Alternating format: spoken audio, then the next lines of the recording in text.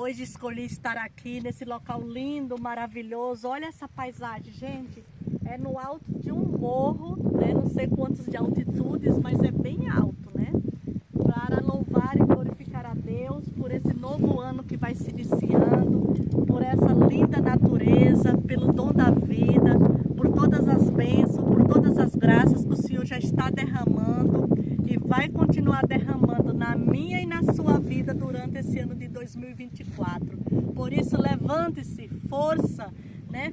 Busque esse novo horizonte, busque essa nova vida, lute pelos seus sonhos, pelos seus propósitos, porque o resto Deus fará por você. Amém.